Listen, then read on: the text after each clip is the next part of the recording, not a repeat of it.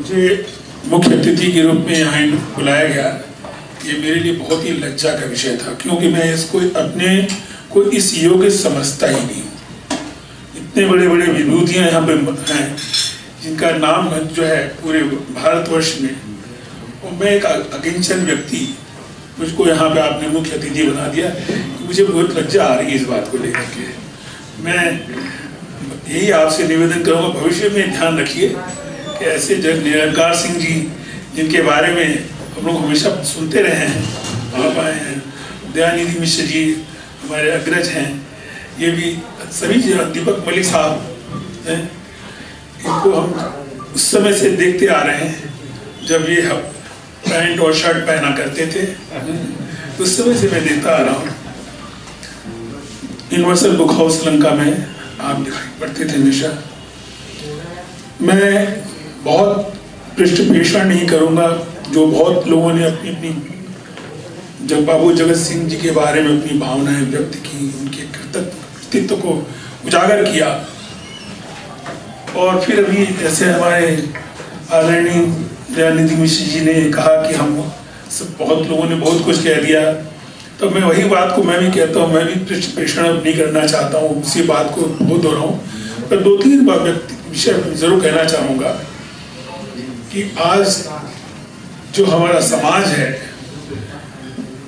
उस समाज को आईना दिखाने का काम प्रदीप नारायण सिंह जी ने किया है कि अपने पूर्वजों के प्रति हमें कृतज्ञता ज्ञापित करने का, किस तरह से हमें समर्पण करना चाहिए, ये समर्पण भाव उन्होंने दिखाया। हम अपने पूर्वजों के कभी ऋण से ऋण नहीं हो सकते हैं। हम जीवन पर्यंत अपना सारा श्रम कर लें, चाहे मानसिक रूप से, शारीरिक रूप से, किसी प्रकार से, आर्थिक रूप से, तो उनके ऋण से हम मुक्त नहीं हो सकते हैं। तो ये इन्होंने जो कार्य किया है ये अतुलनीय है, वंदनीय है और अवलोकन के करने लायक है कि हमें इस तरह से अपना जीवन व्यतीत करना चाहिए। हम अपने पूर्वजों को नेपथ्य में डाल करके हम अपने समर्पण सामने सम्मुख ले आए, ये बहुत बड़ा कार्य है।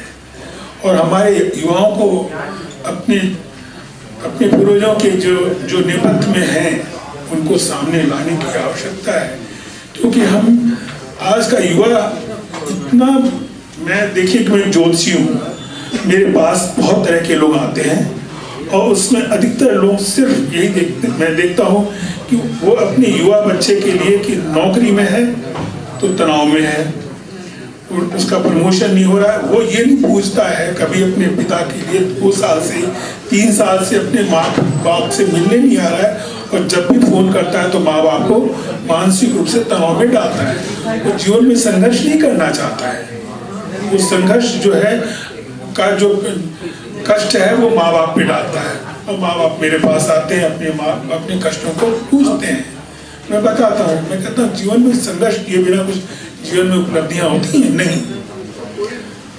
तो आज का जो युवा है वो स्व केंद्रित हो गया है, वो सिर्फ अपने बारे में सोचता है, वो दूसरे के बारे में नहीं सोचता है। हम आज हमारे यहाँ भारतवर्ष की एक बहुत बड़ी जो मोबाइल एक ऐसा आया है, वो गलत दिशा में इतिहास को तोड़ मड़ोड़ कर प्रस्तुत कर रहा है। इसके लिए हम लोग को आगे आना पड़ेगा। और सबसे बड़ी बात है कि अभी हम लोग जितने भी लोग हैं अपने पूर्वजों के विषय में जितना हम जानते हैं उसको एक छोटी सी पुस्तिका में तो प्रकाशित करते हैं, जो उन्होंने समाज के लिए, देश के लिए अतुलनीय कार्य किया है। वो एक छोटी सी पुस्तिका तो दे, लाइब्रेरी में जाएगी, कोई ना कोई तो पढ़ेगा कि भाई इस व्यक्ति ने क्या किया योगदान। तो उस योगदान के बारे में हर व्यक्ति को अपने माता पिता के प्रति एक सामान्य जो योगदान होना चाहिए उनके कृतित्व के, वो देना चाहिए। मैं इतना ही कहना चाहता हूँ। आपने मुझे बुलाया, मुझे ये अवसर दिया, इसके लिए बहुत आभारी हैं। धन्यवाद।